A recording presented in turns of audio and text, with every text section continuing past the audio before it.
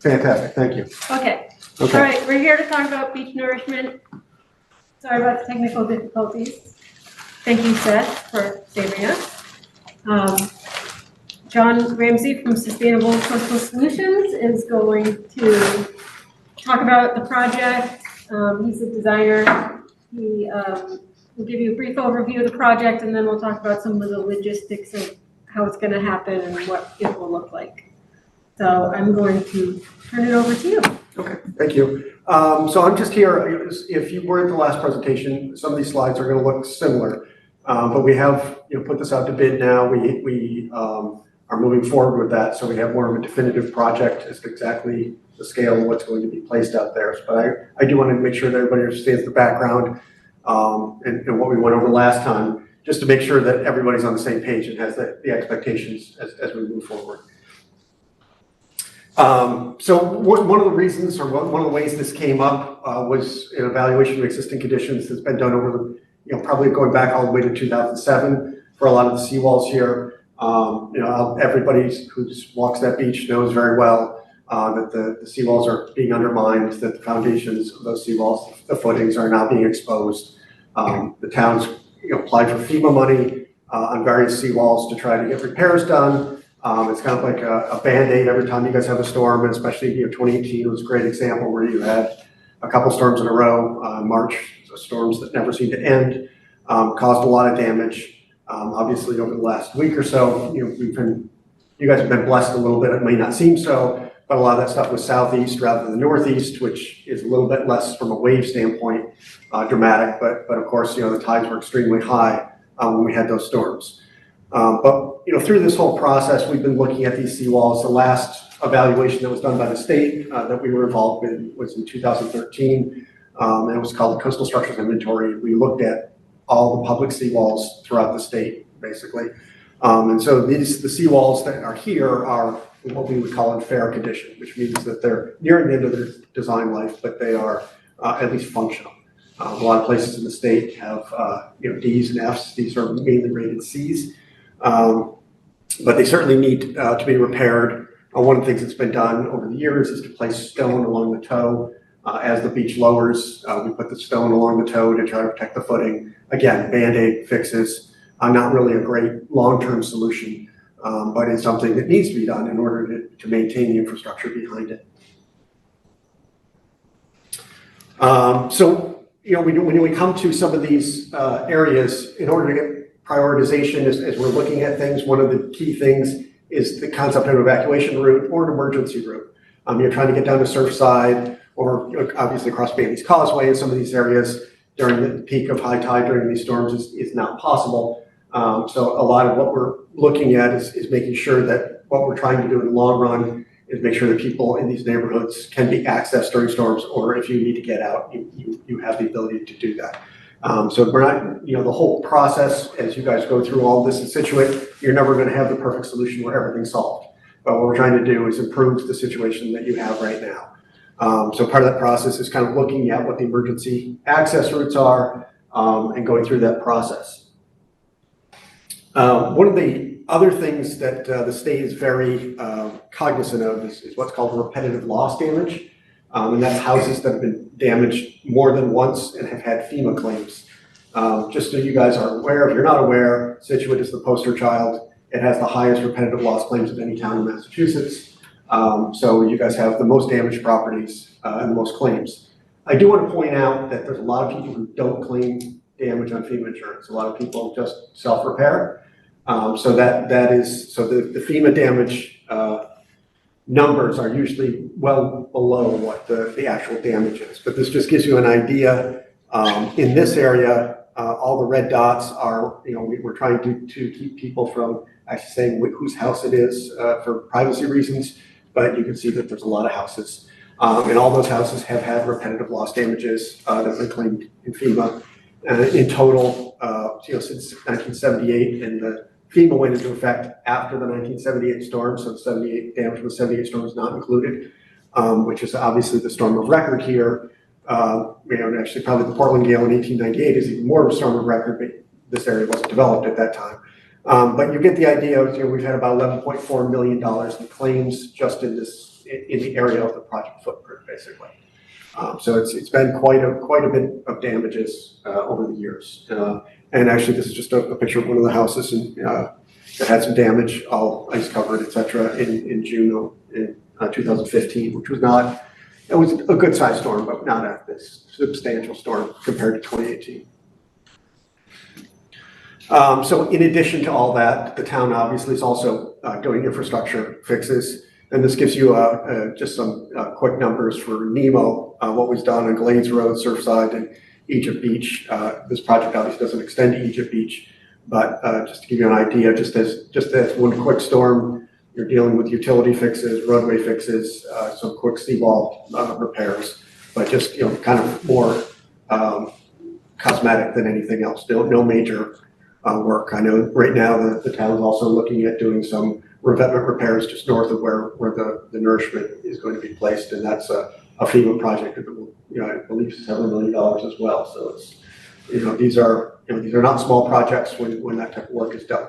But just to give you kind of a general idea of what the damage that we're looking at. The other thing I'd like to do is as somebody pointed out, you just have great white sand here. It's true. I mean, you had a nice wide beach. There was a much lower seawall that was in place, and the wider beach was, like you have now. Everybody thinks of it as sand.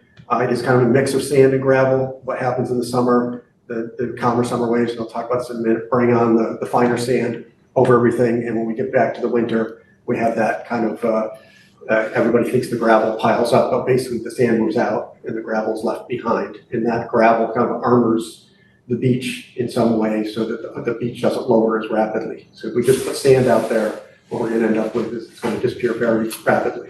And I'll talk about that in a minute as well. Again, just a comparison of historic versus now. One of the things, so when I say the high water line in this case, this is an older picture, that's actually kind of more of a storm rack line, not a significant storm, but like just a typical storm would have been up here. So you guys had a lot of beach above that storm line, which is great. Beaches are the best way to dissipate wave energy, get those waves to break offshore. Here, when you look out, even on a summer day, if you get some swell, you got that nice bar offshore that's breaking all the waves. It's a nice thing to have. And then obviously the way it looks today, especially at high tide, you have no high tide beach. That can't dissipate any wave energy. So the water just goes right up. And if you have high wave energy, you can go right over the seawall. So just a quick project history. I wasn't around during this time period. I was alive, but not.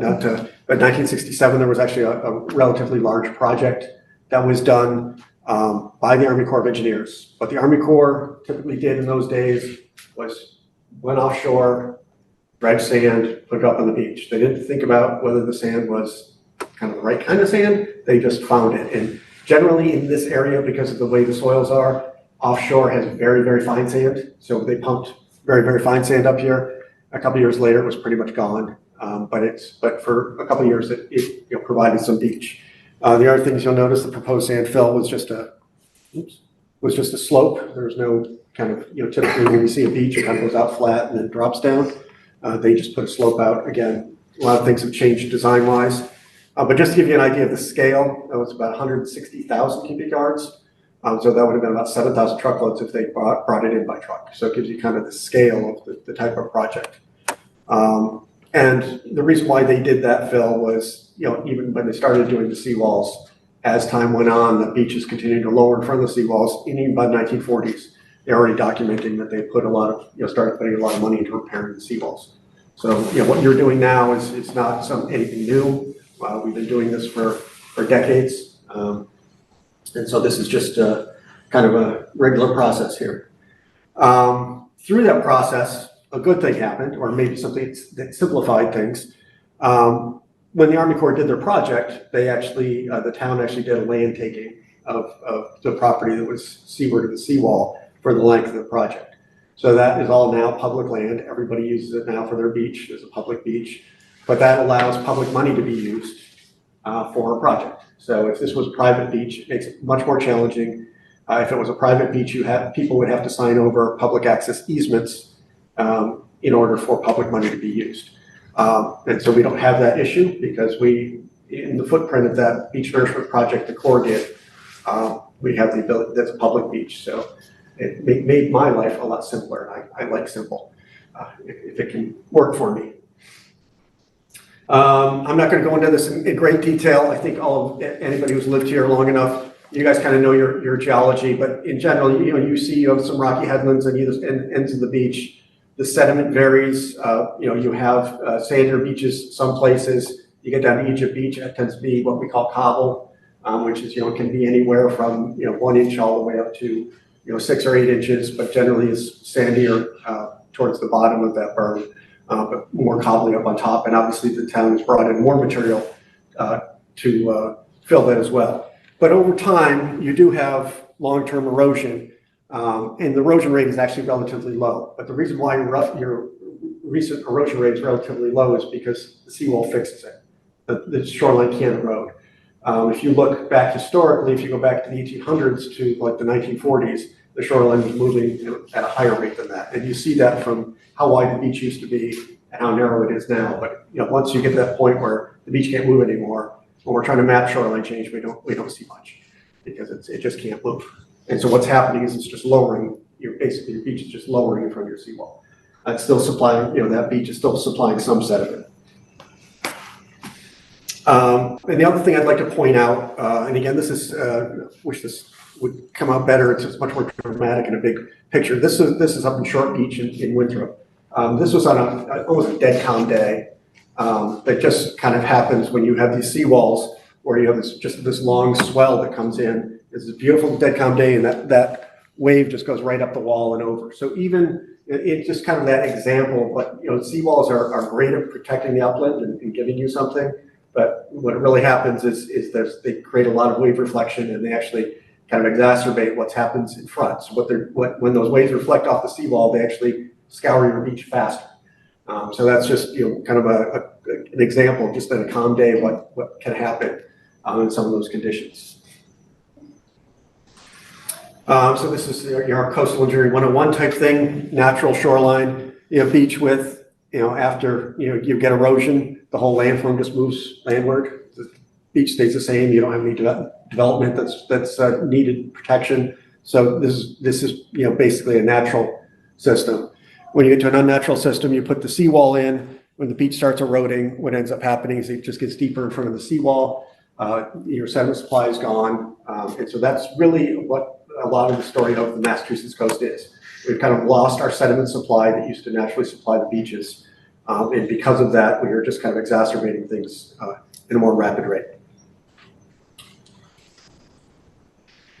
So what we're trying to do, what we realize is we're looking for long-term shore protection. Again, I'm not going to read the bullets, but what we want to do is obviously we want to maintain the access, but we also want to extend the life of the seawall. That's a key thing. So the seawall is not going, if we just keep letting things go, the seawalls get more and more expensive to fix because we have to put bigger and bigger foundations in. We have to dig them deeper and deeper. And it's just something that it becomes more and more costly over time. So part of the beach nourishment is a direct protection for that seawall. The other part of it is we know the sand's going to move. So it starts becoming protection for other seawalls, mainly to the south here as the sand drifts further to the south.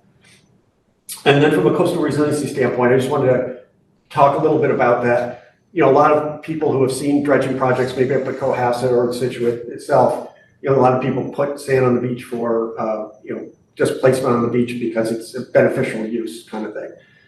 This project's a bit different. This is a designed, engineered project, so it's meant to be up in an elevation and actually make it so that the waves can't get over the top of the berm and break against the seawall. So this is not just placing it along and letting it move along. It's actually built at an elevation that is trying to prevent any damage behind, while the design life is there. That's the question. Actually, we might as well. I don't want to break up the thing too much, but yeah. On the timing of this, every time we get a northeaster, all the sand disappears. How are you going to get the sand there fast enough to put the berm up where a storm comes and washes your sand up? I mean, I will say Duxbury and Marshfield are going through that process right now. They're building something and it's been they've had their issues. The way this is being done at a higher elevation, so basically what it ends up happening is you try to get a bunch of sand there to make a beachhead, and then you're building from there. If it gets hit by a nor'easter, we are going to lose some of the sand, but the way this is, the elevation of this is up at, I think the best way, so it's at 12, it'll be 12 feet above mean sea level, so it's actually about 7 feet above high tide and still about 3 feet above the nor'easter, or the storm we just had. So this is gonna be a high and dry platform. And because it's high and dry, it doesn't get, if the waves don't get over the top of it, it can last longer while they're constructing it. So that's, the idea is to make sure that you're building it to an elevation. And you can do that fast enough? That's the idea.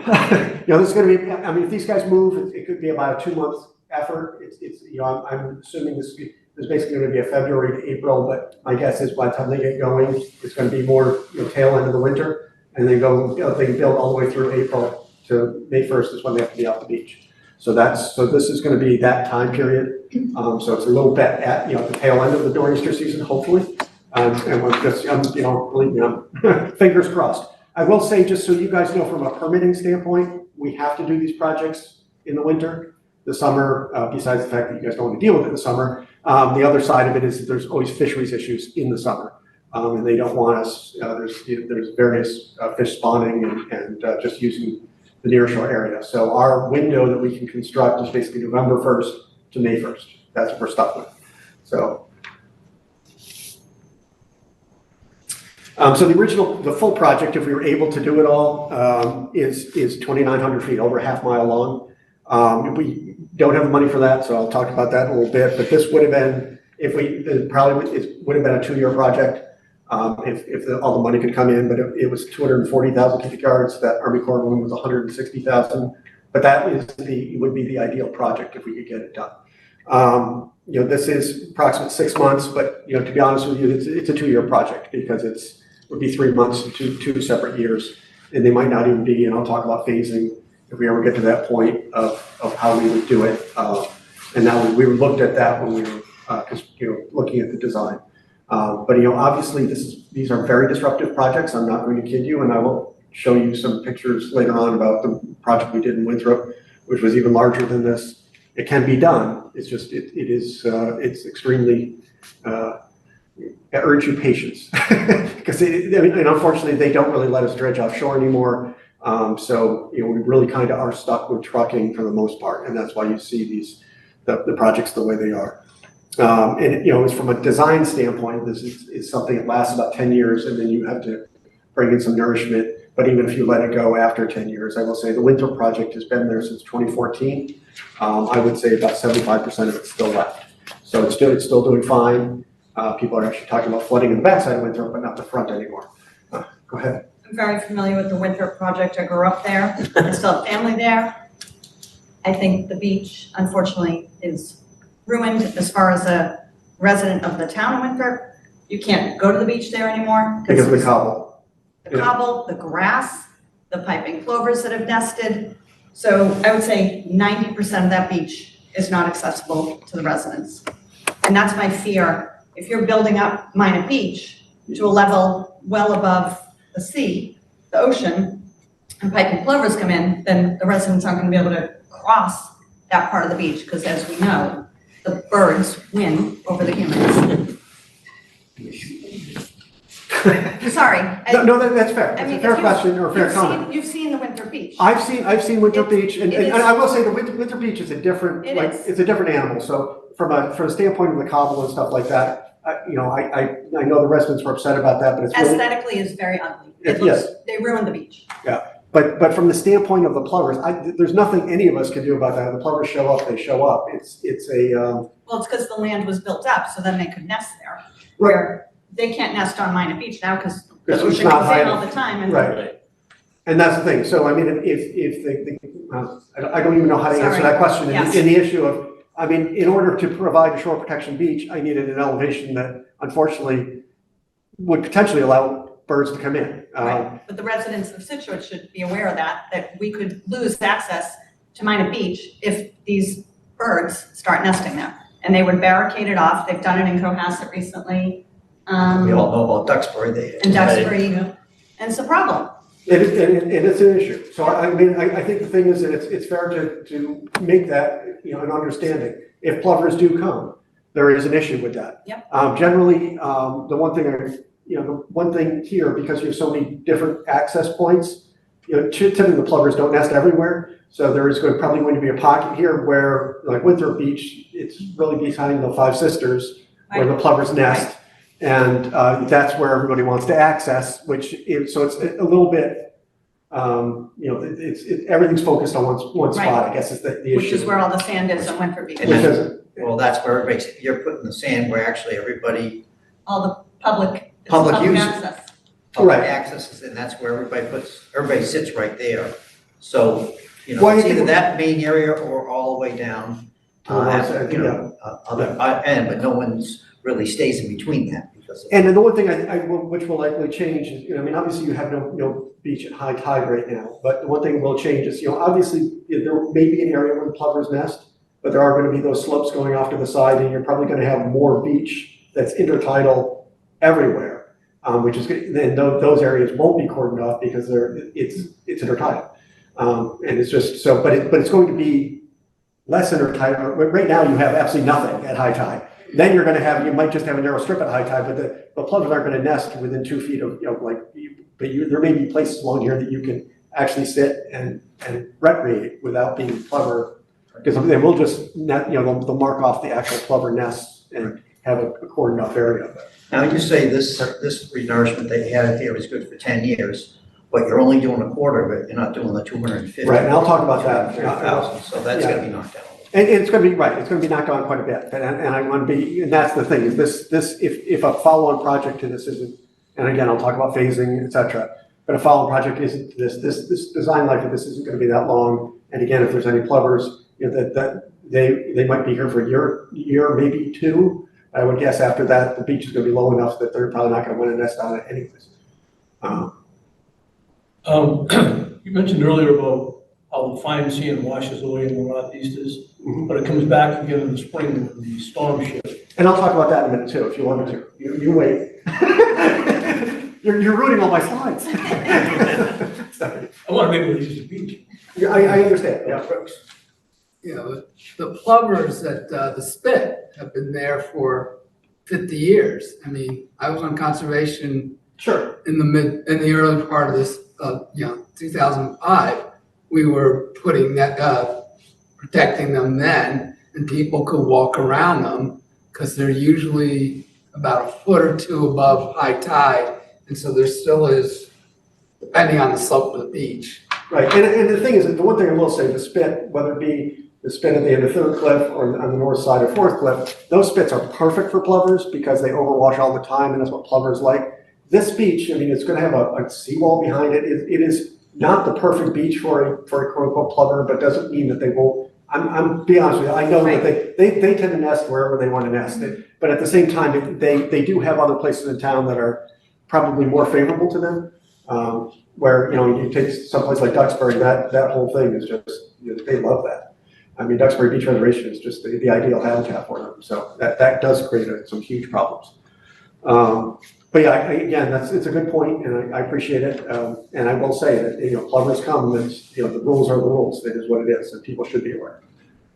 But again, I will say this project is a not forever project. If for some reason this doesn't, because the people are upset because the plovers have invaded, so to speak, and set up shop, this project is going to dissipate, especially the size of this one, relatively quickly.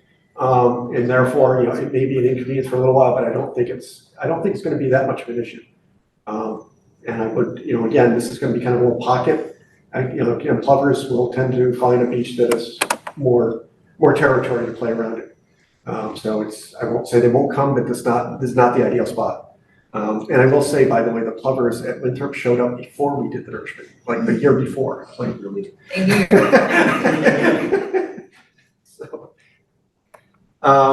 So again, this is the full project. This is what, if we were able to do the whole thing, we were looking at a very large area along this whole expanse. So it does go down Surfside a ways, and also goes all the way basically up to where the rocks are offshore. So it would be a nice protected beach. If we did do that project, that would probably be more plover friendly than, something that we're talking about now. Excuse me, can I ask a quick question? Sure. I live on the northern end of the beach where it's private. Yeah. That part of the beach is still building, and it's actually building in a way that's causing us more wave action because the crevices in the rocks are filling in. So I'm just wondering why you're bringing it up as far as 74 Glades Road. That's part of the beach that's building. So right now, I mean, that goes back and forth. I mean, I've been up here enough, and I do know that there has been more beach built up higher, but at the time when we were doing this design, we're not going that far now. And I think it's going to be a long time before we get there. And it would be a discussion then, but we are not, this is the original permit that was done in 2016. So this is not something we're planning on doing right now.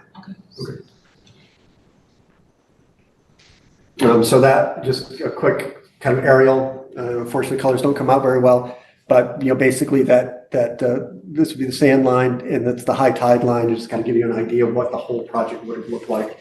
And then that lighter blue is all the way down to the toe, all that area between mean high water and mean low water that gets submerged. So what do we have for funding? So this is why we're not doing a project that's going all that far. Right now, we've got $2 million from CZM from one grant, and then we've got an additional $2 million, so we're looking at $4 million, which might seem like a lot of money, but it's kind of doesn't stretch very far is the way things go. We're looking at a project length of approximately 1,000 feet. The berm height is still as high as we were talking about, but we've narrowed it a bit, and so we can stretch it out a longer place. It's basically, if you think about it, it's a little bit centered slightly north of where the beach ramp comes down. But again, it doesn't go very far to the north. It actually ends before the town's project where they're looking at improving the revetment there.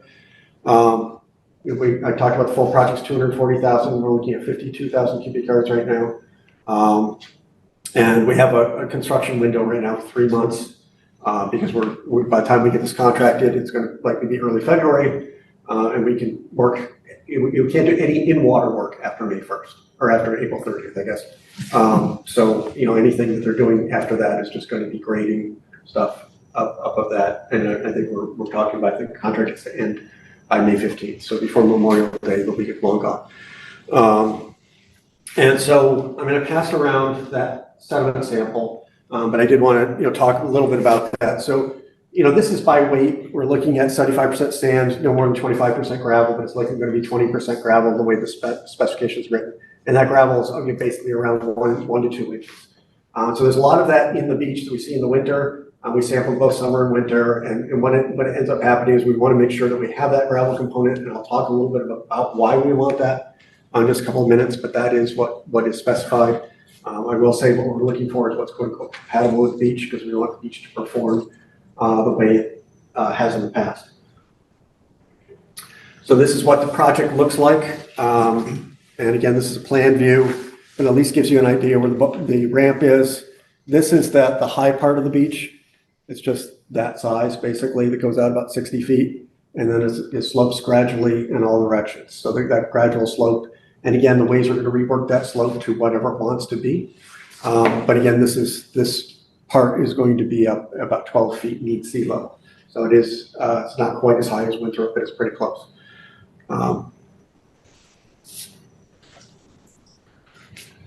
And just from the aerial standpoint, it's a much smaller area that we're looking at. So you asked about design life, or what we're looking at. And one of the things we use as a rule of thumb, we obviously have done a lot of analysis of this, and so this is just more of a schematic. But as a general rule, if we double the length of beach nourishment, it tends to have a design life, what we call a design life, of about 4 times. So if we do 1,000 feet of beach, and that's kind of this example here, we may only get about 3 years of design life before we need to re-nourish or do what we're doing. If we were able to do 3/4 of the project, we'd be stretching that design life up to more like the 10-year, 12-year time frame. So it just gives you sort of an idea. The scale is important. So I want to make sure everybody's expectations, because this project, is a partial project, that we don't expect it to do extremely well, but at the same time, keep in mind, mass is not created or lost. So this material may be not here, it may be further down Surfside and protecting the toe there. that beach may widen over time, and you're gonna be getting more sand, moving in that direction. It's not, because of the way this bar system is set up offshore, you tend not to lose material offshore, you tend to lose it downdrift. So the material is mainly being transported there. It doesn't mean some material is not gonna migrate to the north, but generally the transport in the area that we're putting is generally to the south. Sorry, we're new to town, so we're not as familiar with the project, but the reason that we're doing a partial is strictly because of budget. Yes. And so it looked like the budget was coming from grants, is that correct? So the town's not contributing necessarily to it, this is all being funded by grants? Go ahead. So the town may be funding a portion of this. We're working on that right now. So right now, the funding was trying to be pretty much coming out of grants. But the town is looking into that. The grants from the state, or are they from the? From the state. So both of them are coastal zone management grants. And just to let you know, there's the largest grants that they've issued for any town. So this town is getting more money. And again, keep in mind, you guys are the highest repetitive loss town. So they want to give you guys money, and they want to get these projects done. So that's something that they kind of committed to doing. We went through this process. They actually funded funded a majority of all the permitting and engineering of this over time. In 2016, I thought they said the project, if it was gonna go forward, it would cost about $8 million. Was that right? I think it was 12 maybe, but it costs, I will say, I will be honest with you, costs have gone astronomically higher, especially for the gravel component of the material. So when the town did Egypt Beach, some of that material, they had to truck down from New Hampshire. Because a lot of the sources, historically the sources, Makepeace was a big source of that kind of material in this area. And most of their stuff has kind of been depleted. So we're starting to see, all the costs rise pretty dramatically, unfortunately. I know you said something about dredging isn't allowed anymore, but wouldn't that be more cost effective to dredge our own sand rather than? Yes. How's that for an answer? And why can't? Dramatically so. Why not? So I will go back to Winthrop. So I was the designer for the Winthrop project. Originally, we were going for an offshore sand mining source. It was 8 miles offshore of Boston. We went through a 11-year permitting process and eventually got denied at the Army Corps in Washington, D.C. It was extremely painful. And I think that the state has lost all of their desire to, because that was a state project, and we ended up having to go to Saugus and also some other sources, and hence why the material has some coloration issues that it's just kind of an odd project, and it's unfortunate, but it is very difficult. There's for lack of a better way of saying it, the fisheries lobby, the fisheries people are very powerful in the state, and they basically, you can do dredging in Maine, I believe, and you can do dredging from Rhode Island south all the way to Florida. But the Massachusetts, for whatever reason, is just kind of like, can't do it. Or I'd give it up. It's just not worth it. So you mentioned Egypt Beach, but that wasn't anything like this. That was just putting cobble down to refill what had been breached in. The 2013 storm is what we got money for, yes. From Nemo, I think, yeah. That was just cobble and putting a cobble revetment up so that's not anything like this. It's nothing like this. Because there's no sand on Egypt Beach anymore. Right, but if you're trying to get rounded gravel, so it's type of river rock or glacial outwash, not sharp gravel. If you're trying to get that rounded gravel, whether it be gravel, cobbles, or whatever, those sources are people are realizing what they're worth, and they are just cranking up the prices. It is what it is. I can't say it any differently. I mean, I think if I had to do Winthrop Beach over again, it'd probably cost $40 million at this point. It's gotten a little bit insane. So we talked about the where did it go away? Look at that. So we talked about this kind of winter, summer profile. So, obviously, when we have normal beach conditions. When we do get winter, one of the things it does is it erodes out, because you have steeper waves, and erodes out against the seawall and pushes the sand offshore in a bar. You get to see that great bar form every winter. Then come June, you start seeing that bar kind of migrate back and put that nice fine sand over the surface of everything. So your beach looks very different in the winter than it does in the summer. But that winter beach we have to bring in the material that is compatible with that winter beach so that we don't, because if you just bring in the sand, what we end up is a much bigger bar offshore, and half that bar won't come back. So we have to make this compatible with what is on the beach, and so that's what we're trying to do. But we're very well aware, and this beach does have a great winter-summer profile. It has a very shallow profile. It's got a great bar that comes back and forth. You've seen it many different times, and so it is a good system, and that does keep the sand within your system. It doesn't mean, and I will say, if you get a 78 nor'easter, you do lose sand offshore.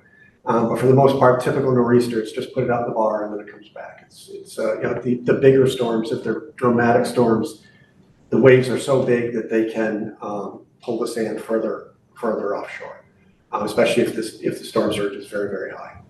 How does the good sand get back on top of your berm? I mean, it's not going to get back on top of the berm. It's going to just kind of fluctuate in that lower part of the profile that's intertidal. So that berm is basically going to be your dry beach. It's going to stay dry all the time. And we're not planting anything. Are you indicating that berm will stay there permanently? It's not, nothing of this is going to stay here permanently because the beach is going to erode. As I showed that design life, so we're looking at 3-year design life. What ends up happening is the berm just spreads out sideways. The front's going to get eaten away, and eventually it's going to get overtopped when it gets to a certain point, and then it will just They head south, right? It's mainly south. I mean, I'm not going to say there's not going to be sand migrating somewhere to the north. Predominantly, it's going to go to the Because south. we live south of where the project is. And you like that idea. So I don't know, is that good for us? Like, because it's gonna be like, when we look out, it's gonna be a beach over there, but then it's gonna be lower where we are south of the project. And But eventually that'll sort of, it will work its way, but it will not work its way so it's 12 feet high in front of Right. you. It will be some, kind of in the intertidal and maybe slightly above that. Yeah. But it will work its way down. I'm sorry, I was late coming in, I didn't really hear the introductions. Do you live in Scituate, or are you just? I do not. I'm the consultant. My name is Okay. John Ramsey. So I work for Sustainable Coastal Solutions. Okay. So I actually live on Cape Cod. Okay. I'm down in Falmouth. How's Could that? I just ask you how often you're here to observe the beach? Because what you just said about the bar going out to Bar Rock is totally false. It's not Bar Rock. I'm not, What bar are you talking I'm about? talking, there's a sandbar. that is- Oh, the sandbar sorry. out in the ocean? Yes, Oh, sorry. I thought you meant the No, no, bar I'm in not talking about Bar Rock. I'm totally Sorry. sorry, I misunderstood. Take it back. Okay. Yeah, you're saying it comes back, but I don't know, I moved here 25 years ago. We used to be able to walk out to the rock at low tide. Now you couldn't, you have to swim to the rock But that's up at the north end. at Yeah. the north end. Right, So but the I'm not- sand doesn't yeah. come back. Right, but the only thing I'm saying is, I mean, so when we see these sand, you have a sandier beach in the summer.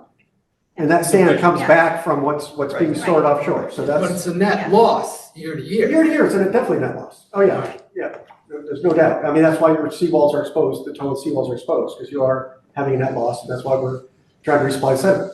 At some level. So I do want to talk about beach sediment. This is more of a in-between summer and winter beach. You do get obviously the finer sand, but you still have some gravel you see. This is just some of the sediment sampling we did different seasons. But one of the things I did want to point out, because everybody always remembers the sandy beach, but if you go back to these old photos, you actually see that there's a lot of gravel on the beach. This is not uncommon for our glacial beaches. It's just the material is just a mix. There's going to be if you had a storm recently, you're going to see more gravel. If you didn't have a storm, you're going to see more sand. And so everybody has these wonderful memories. Now, I'll use Winthrop as an example because somebody gave it to me. But again, Winthrop was nourished back in the 60s, very similar to the beach here, with very fine sand from offshore. They pumped it on, and everybody remembers that beach. It was beautiful. And it lasted about a year. But everybody remembers it, and that's what filled all the area behind the Five Sisters. So that wasn't originally there, that big, what we call town bowl, this big mound of sand behind it. And you'll see pictures, because I did bring it up as an example. It was called Sandy Beach, It was called Sandy. and then there's Rocky Beach. Now it's over. Oh, don't say it. Okay, so, and then obviously you get your winter beach, and there's areas that look more like this. And so, that just gives you an idea, and why is it important to do compatible material? So as a coastal engineer, one of the things we try to do is what's quote unquote, as coarser to make sure that we're maintaining what's there. So these are 3 examples. This is, can you guys see that color? So all of them are the same. But so this is if you put coarser material down, put equal material down, or put finer material down. And this just is how they perform. So the coarser material will not, will end up staying steeper than the native beach. If you do it compatible like we're trying to do, it stays like what the beach is now, at least from the slope standpoint. And I'm talking about the outer slope. Obviously, it's going to be steeper up at the top because we're building a beach that's higher than it is now. But if you do finer material, you lose almost everything very, very rapidly. It just wants to fill way out, and it's not happy with the profile that it's in. So it doesn't work very well. So that's going to move out, and then also laterally much faster. And so what are we trying to do? So the material that you saw that is basically this combination of gravel and sand. I just brought this one rock. This is a 3-inch rock. So this is the coarsest thing you're going to see on the beach. And then what you felt in there is kind of that mixture of and again, it's mostly, somewhere around 1-inch-ish type material, but you also have some more like pea gravel kind of stuff in there, and the rest is sand. So that's what we're aiming for. So it's no cobble. So everybody's been talking about Egypt Beach. We're not bringing in anything like Egypt Beach. None of that material is going to be anything similar. They're going to they have a sieve that's going to have this size, and if this rock would pass something slightly larger, it won't. So that's not going to be here. It's going to be approximately 20% gravel, and the remainder sand. So again, most of it's sand. Some will be coarse, some will be fine sand, but it's a mixture of sand.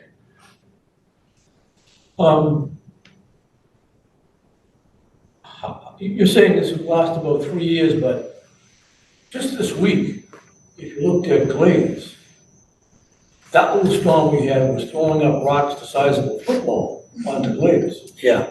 Fix them up this week. Did you move those yet? The same as the seawall in height?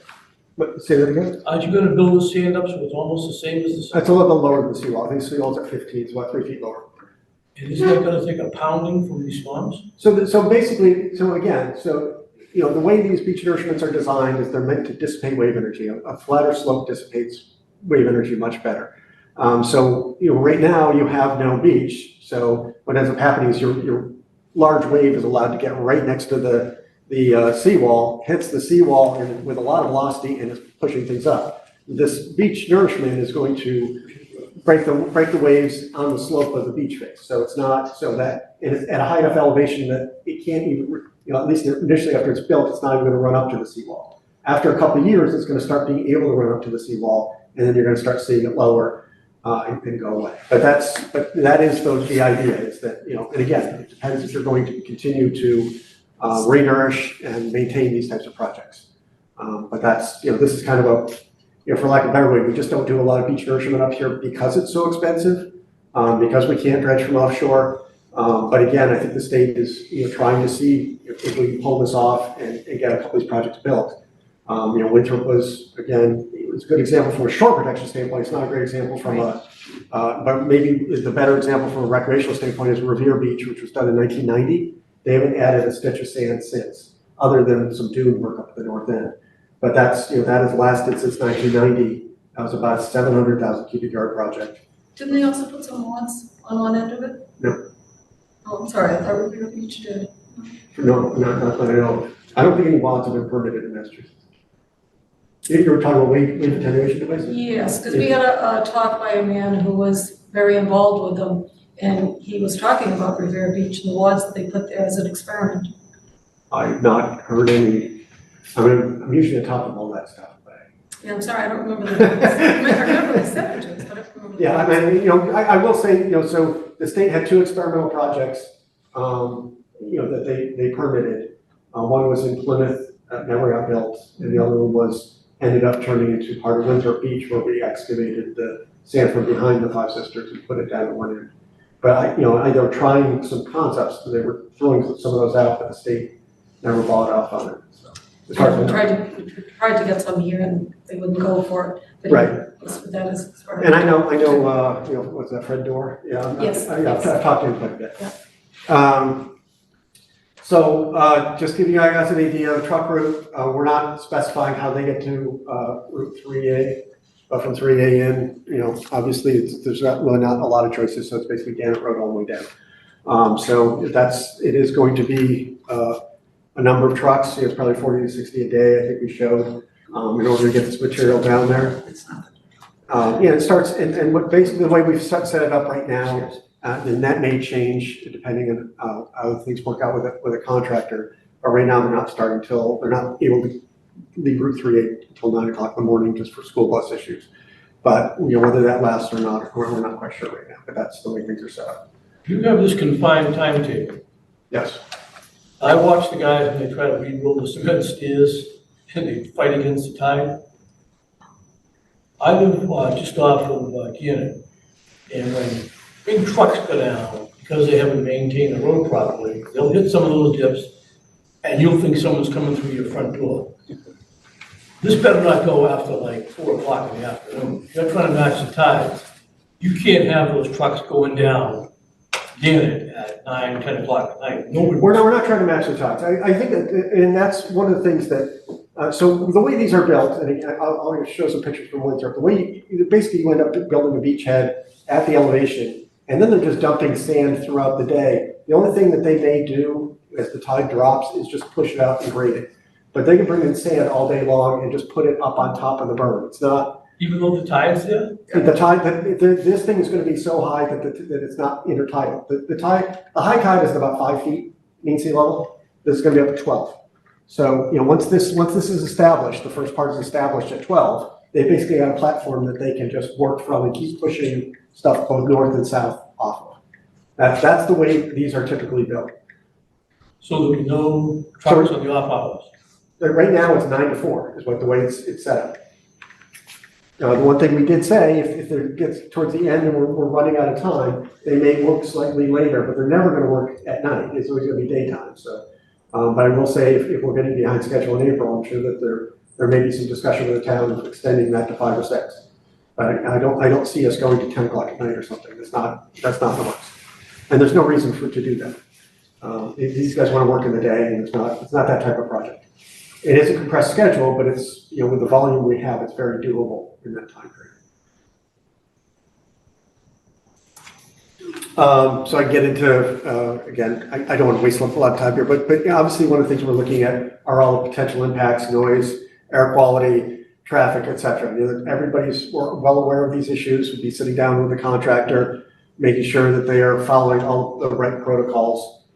Idling engines, all the stuff, the Jake brake type stuff, making sure that you guys aren't like completely disturbed. We're obviously doing our best.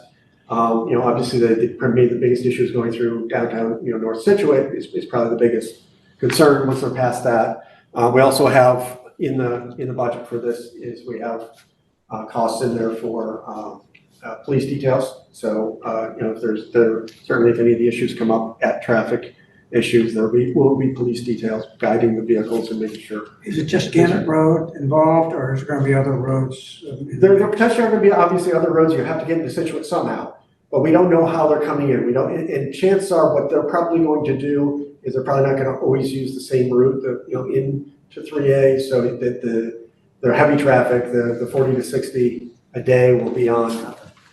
Well, but it's combined with everything else, right? You got other contractors.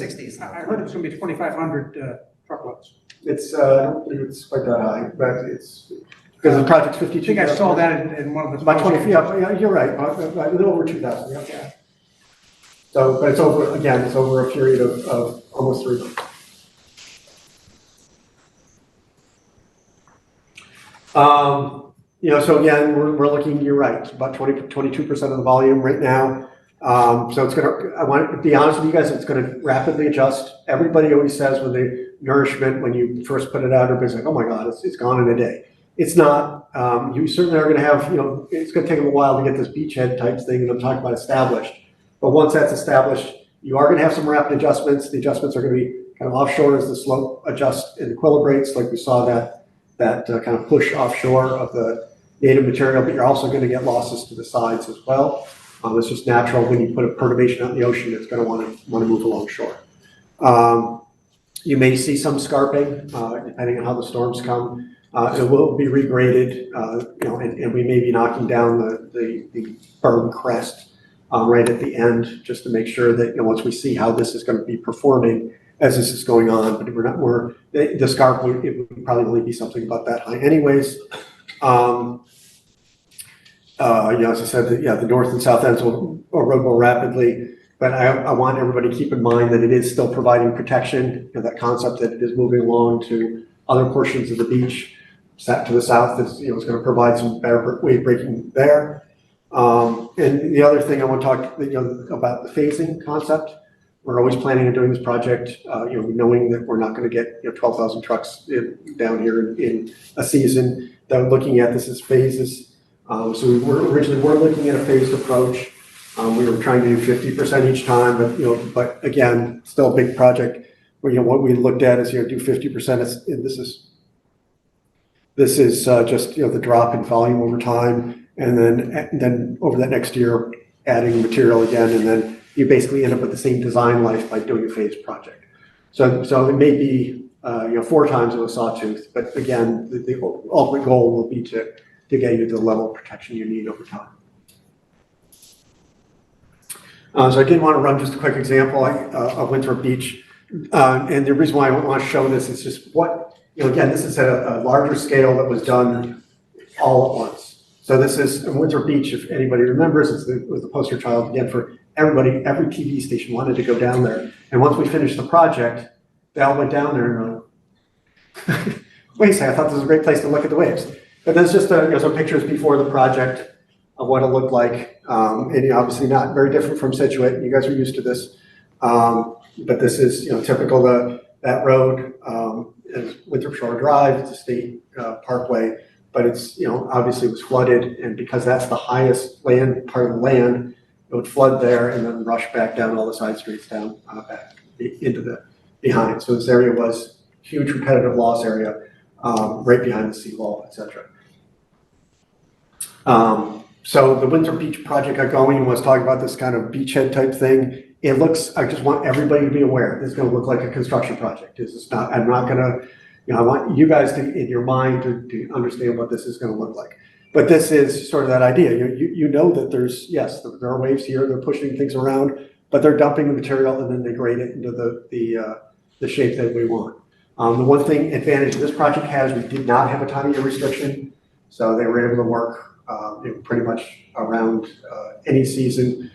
So there were times when they had some good windows where they were able to work for quite some time without any storms. But again, this is sort of what the construction process might look like. Trucks are gonna dump over the existing seawall? No, we're gonna go down the beach ramp, and we're gonna create that there, and that's then once they start having that beachhead big enough, they'll be able to drive down the beach, turn around, dump there, and drive off. So just give you an example of what this looks like. This is the 2008 aerial photo. So talked about that area that built up behind. These are the 5 sisters. So you fly into Logan, you see those big breakwaters offshore. In the 60s, they put the Nourishment all the way along here, and this did not exist. And then a year later, we get Sandy Beach that formed behind because the waves just kind of refract around and push it all towards the center. So the first part of that project was actually done in 2012, 2013. This is August 2013, and what we had done is we excavated part of this material that was that experimental project and move it back down here, knowing that it's going to go back there over time. But that was the first part. And then the second part was that big trucking project that everybody loved in town. And that was actually to put nourishment material up here, and then there was a breakwater groin put at the end there, T-head or L-head groin. So this is a picture from 2015. So this is right after a nor'easter. That's snow on the beach. And one thing you notice is the waves aren't going over the beach, they are stopped. So that's the dissipation of the wave energy concept. So the waves are breaking on the beach and not able to run up over the seawall. So that worked out very well. That has protected that area. That area's had no loss since then. There's been no impediment loss claims up there, or any losses whatsoever. The only losses now are from the backside of Winthrop getting flooded. Just because of the shortened size of the beach project, the Nourishment project, is there any consideration to the walls south of that, of reassuring those sea walls or putting the boulders sort of back against the wall, because some of them drifted away? Certainly there's some evaluation by the town that they're going through and looking at structures over time. Obviously, the one thing I will have to say is that there are a lot of structures in town that need work. So it's a little bit, you'd have to talk to the town a little bit more about that. I think I know the 2018 storm, that one portion of seawall failed down towards the south end of Surfside. And there's certainly that last house. I'm glad I don't own it. But hey. Still standing. I know. I don't know why. But that's a tough spot there. But yeah, all of these are being looked at there. Obviously Minot Beach has got their own issues further, on the other side. Way down we on have the to go to side. the town with, because you talked about a lot of the stones being, that were at the toe of the seawall, and now they've been pulled away from the seawall. Right. And it seems like if they had an track excavator for just a couple of days, they could move a lot of those back. And some of that can, potentially be done. Again, it depends on, this is the tough thing, is that permitting is always very painful, as I think everybody realizes. And I think a lot of that is, some of that stuff was dumped without being permitted. So it starts creating some problems over time. So a lot of that preceded permitting. So trying to track what the footprint of that was and allowing people to do that, it's just something you have to go through the process. Okay. So I would like to say it's simple, but it's not.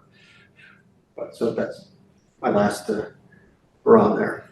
So this is what the Nourishment looks like up at Winthrop. Very different project, very cobbly, intended to be, we were intended to have a borrow site that looked a lot like this.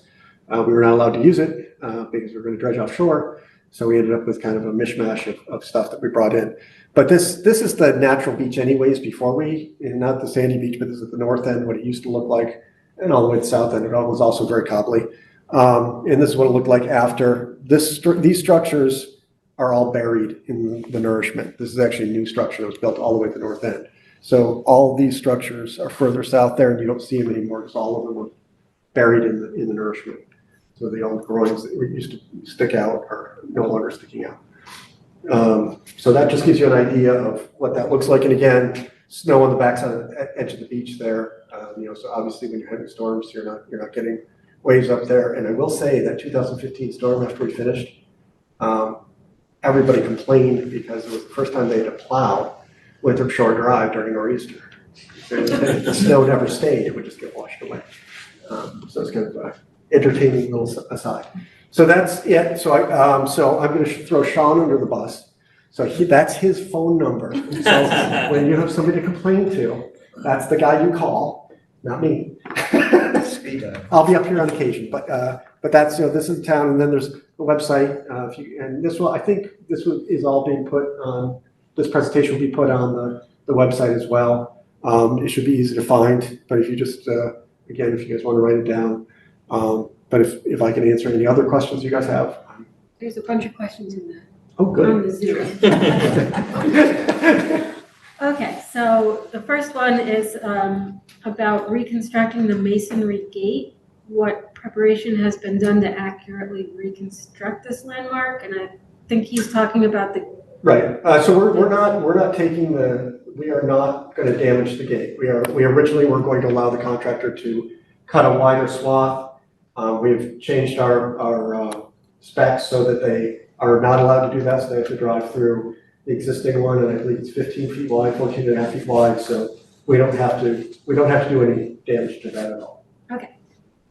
Next, about the quality of the sand being brought in will be the same, very high caliber as what is on the beach today, and I think you answered that.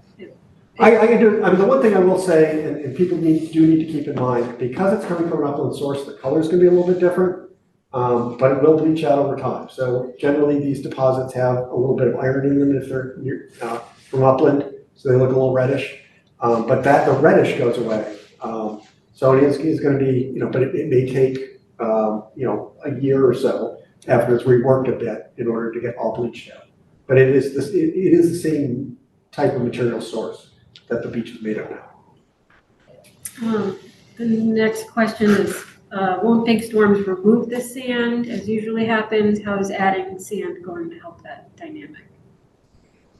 Yes, big storms are going to affect this, but the way this is designed, it is. I want people to think of beach nourishment in a different way. This is kind of a buffer for the seawall. So if you add sand, in a perfect environment, if people never built seawalls, that sand would be there, or that beach would be there to dissipate the wave energy. And what we're trying to do is kind of restore that beach to some level to do that. We're only, because of the budget and the condition of the beach, there's only so much we can do with what we have, but we're at least trying to put that buffer in to the best of our ability. To answer your question. Access to the beach during construction. So there is no, we're not making it, access, you can access the beach, but my suggestion is just don't go down the ramp, use the stairs. And I think you'll be fine. You'll be far enough away when those stairs, once they get past those stairs, that first set of stairs, they'll be covered and you'll be able to walk on the beach. You just have to walk down fewer stairs. But the next set of stairs, you're going to obviously use as well. So we're not restricting access, but I want people to be cognizant of what's going on. Next question, if the berm is there all the time, the berm should be sand, not 25% gravel. Well, I think I tried to explain that. So your beach right now is 25% gravel, and so we're going to keep it 20 or 25% gravel. So we're, again, from an engineering standpoint, I want this to last. One of the things that, as I mentioned at the beginning, the Army Corps did that project, dredge sand from offshore. That doesn't work at all. I've seen it done way too many times where people are kind of dredging inlets and they put the sand in, but this stuff is very fine grained. It not only does it not last, but it also covers up a bunch of stuff that the fisheries people get upset about as well. So we want to put down what is compatible with the beach so we get the best engineered project we can. Okay. That will be the person yelling at me on the beach. So if the berm will eventually erode and move south, why not install it further northward, for example, on Grasshopper? Right now, we have access where it is, and also, obviously one of the things, the beach further north is more stable than the beach further south. So, this is kind of the eye of the storm, but at the same time, if more money becomes available, we can expand from here. And this is obviously the easiest access from a construction standpoint, right off the end of Canada. Next question. Sure. Right now, if you go to the beach, you pretty much lose the beach in front of the ramp about 2 hours before high tide. Pretty much. Now we're going to extend this berm out from the wall. So aren't we going to lose the beach even earlier in high tide? No. Not quite sure. Or the opposite. Yeah, you're gonna beach throughout. You'll be able to go there at the highest tide you ever had and be able to beach. If you're up on the berm. Well, the berm, but then you also have a slope that goes off the berm, and that's going to form naturally, and it's going to what we call equilibrate down to whatever the shape of the beach is now. So you're going to have you're going to always have. I won't say always. As long as this project lasts, you're going to have a beach that you can use at any phase of the tide. For the beach south of the project, what is the normal expectation of how the waves might change, or how the breaking waves might change? So would the project change the waves break? Okay. So no. So this is the point of doing beach nourishment as opposed to structure is that when you do beach nourishment, it dissipates wave energy. So it's a good wave energy braking mechanism. So it's going to reduce any wave energy, and it certainly is not going to increase reflection or any impacts further south or north. From the beach entrance at Gannett, how many years would you expect to have beach access during normal high tides? Well, that's a loaded question. That depends. I mean, it sort of depends on what we get storm-wise. And again, I mean, this year's not setting up to be one of my favorites. Well, from a work standpoint, it's great, but from the standpoint of level of pain, I think we're looking at probably a winter that's not going to be great. But again, that depends on storm frequency. Is the only thing I can say. I will say we're only doing 20% of this project, so we're not only anticipating something that's going to last a couple of years, but that doesn't mean that it's quite possible you could have a beach rate of the beach rate for several years. That's used for almost through the tide for I'm guessing 4 or 5 years maybe at best. Those are all the questions from chat. Since it is a phased project, do you envision, a couple of months in the winter, unmine it, a couple of months next year, same thing, and always go into the same spot, or do you envision working your way south next year? Or If you're doing it, I mean, if funds are available, chances are you're going to start moving south. That would be the ideal thing, is we're focusing more on the north, and then whatever money we have available, we're going to move further. So it was going to be centered around the ramp. But the way the money came in, it looks like we're going to go more north and then just a little bit south. So so you wouldn't repeat the nourishment you just did. You would be extending. right, because you were saying that it does wash away. You got a 3-year shelf life of what you do, and Right, and maybe what it instead of is, some of repeating the it same- might go right there, but the idea would be to move it to progress to the south. thank you. All right, a couple things. So you mentioned that you need to regrade the top of the berm. We may. I'm not saying we will. I think so as we do this, we are going to look at how it's equilibrating. Because again, every situation is unique. We have to, when we get the material graded, we see what it's like. When I'm saying when we're regrading, I'm not talking about pushing a ton down. It just may be, right now we have a 1 in 10 slope and then a flat part. What we may do is just take that, kind of round out that crest so that it just rounds out, so it doesn't scarp quite. So that's in this project cost, or is that going to end up in DPW's maintenance costs to reshape the top of it? Because right now there is no money in DPW's budgets to do that type of work. Is that what I'm understanding? It's not intended to be something that's done like on an annual basis or something. This is intended just as the contractor's getting off the beach. So it's not something. Oh, so it's not a repetitive thing. All right, because you mentioned that, Yeah. and then. What you need to do is don't clear the road in Hummerod, just joking. And use that time to reshape the berm. Yeah, well, I'm sure we should take the cobble there and well. drop it here, but that's a different thing. And then, so, for the price, I mean, what we're basically trying to prevent is the seawalls from kicking out and basically would do an enormous amount of damage, take the road out and some of the houses and stuff. For $4 million, isn't it better to build a revetment in front of the tows so that they stay there? Because $4 million to do this little tiny section just doesn't make any sense. We're not going to get any more any more grants, because there's only $30 million for the whole state. In that whole program was allocated for next year. It's not going to change. And there's only $300 million in the federal system for this type of work. So that means it's going to come back to the town having to make all that money.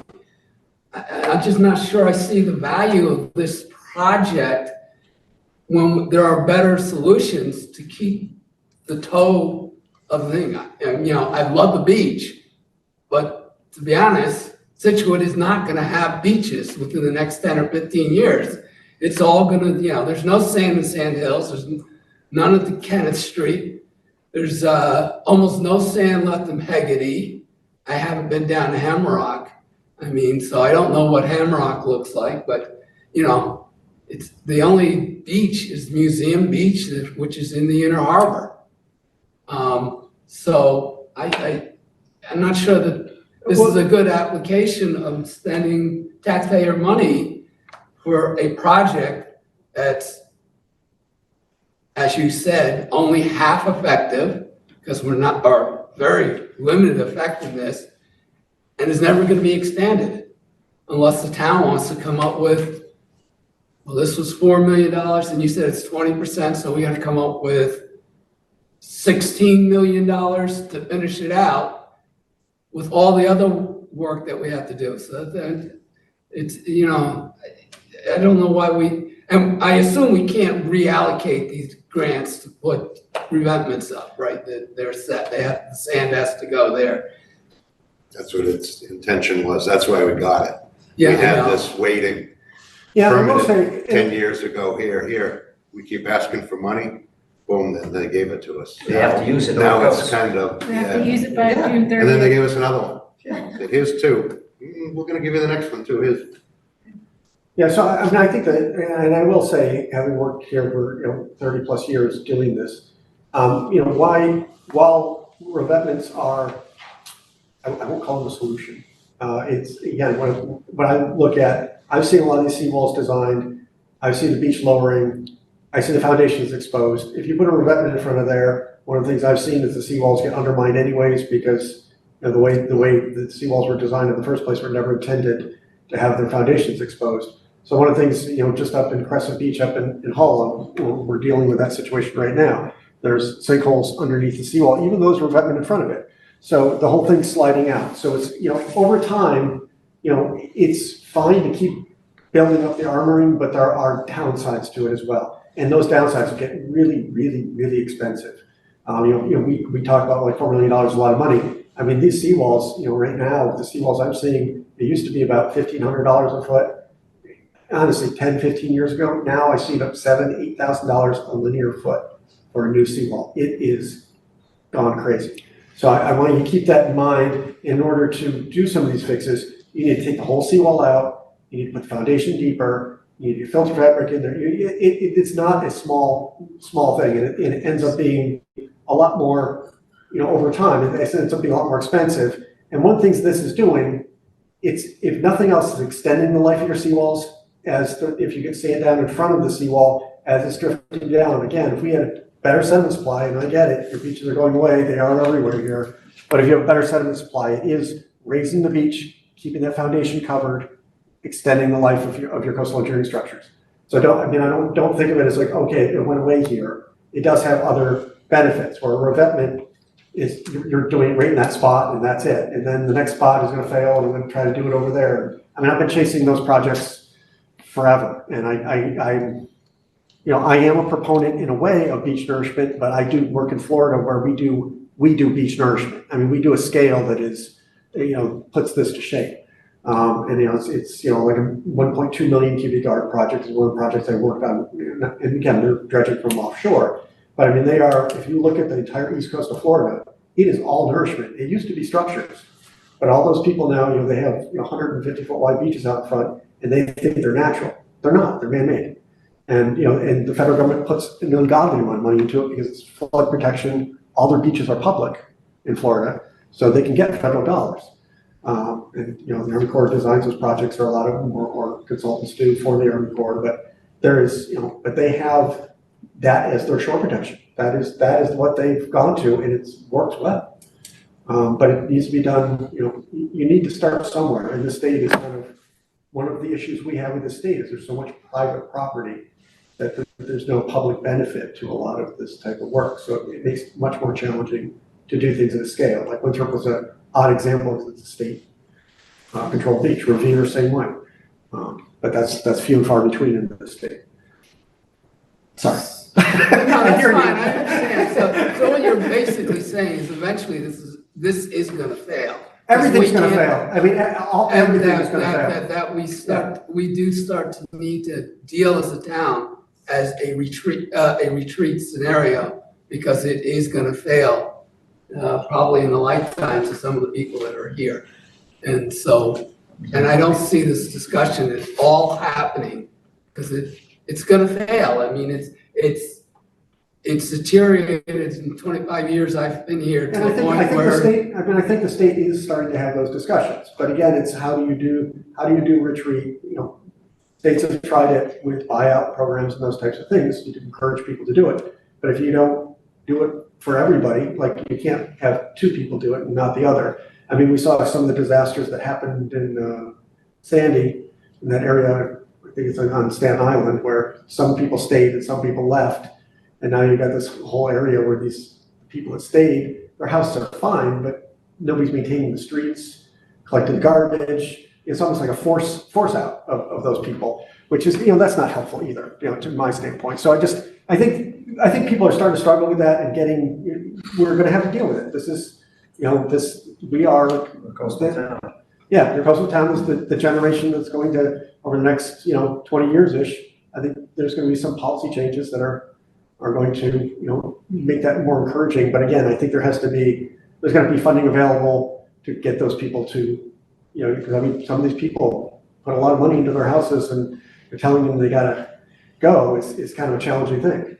But I mean, well, I will say, you guys have some properties here that have 14, 15 repetitive loss properties. So you know, some of those are like, you know, might not be the best place to build.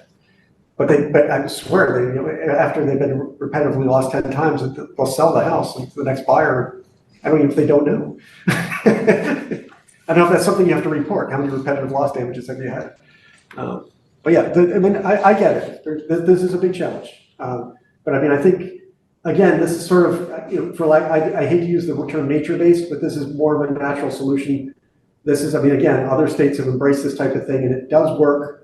Again, all of this is just a delay, right, of the inevitable. Everything's temporary. But it is, you know, it is living in a coastal town. It is what it is. There's a couple more questions. I'm sure I started to hold. That. Okay. I'm not sure I quite understand this one, but will there be a ramp up to the beach at the gate at Gannett Road? So the beach is going to fill in the lower part of the ramp, basically almost to the seawall. Pavement. Yeah, so that the elevation is going to be, so there's not going to be, you're not going to need a ramp because you're going to walk right straight out of the berm from the road or from the parking area there. Okay, That makes sense? yep. And somebody wants to know if they will now be staring at a 12-foot berm as they drive down Gannett Road. 12 feet mean sea level, your seawall is up at 15 or 16, so you'll still be looking out over the seawall and the berm will be down below the elevation of the sea. Okay. What role does FEMA have in this post-completion? That's a very good question. So one of the things I will say, and this is something the town should be aware of, and all of you because you guys have asked about money issues. If you do an engineered beach nourishment, which this is, and you monitor and maintain it, you can actually get FEMA funds to re-nourish if there is a declared storm. So if there's a declared emergency, like in 2018, you can actually get funds to re-nourish the beach. So that you need to maintain it, or you need to basically monitor and maintain it. So there is a role potentially, but it depends on how the town looks forward to thinking about phasing and all those other things of the project. They have to keep the ball rolling in order to make that work. And I think they just need to look into it a little bit more. But there is a possibility FEMA may have a role in the future. Not for the initial construction, but for maintaining.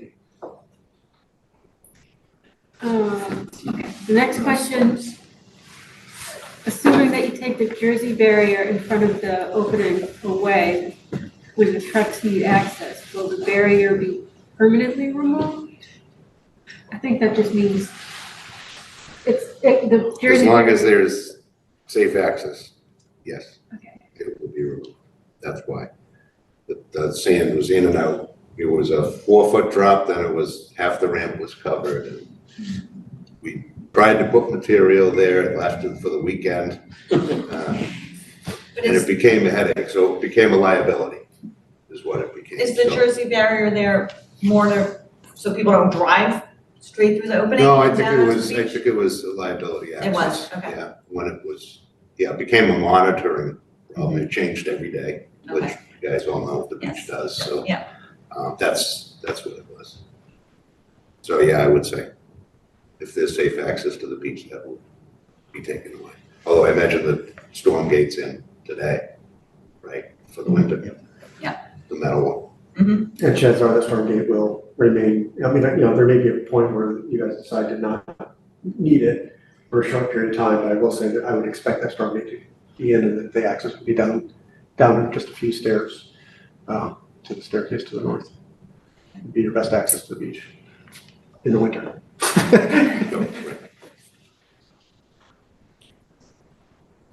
Anything else? No, I'm not gonna repaint the mural? bathers. His high school girlfriend painted that. It wasn't me. Fair enough. Yes. There's a trivia question, see? We appreciate what you're doing. Yeah. Thank you very much, Yeah, thank you. Thank you. Yeah, please be patient when the trucking starts, but you have his phone number. You better have his phone number. Can I have He's yours? not again. And he'll what, change the phone number the second day? or- Matter of fact, that's backwards. It's try to get both ways. Okay, thank you guys, I appreciate it. Thank you. Yeah, thank you. Thanks for coming. Appreciate it. We're gonna, Ken's gonna come with us with a cookbook.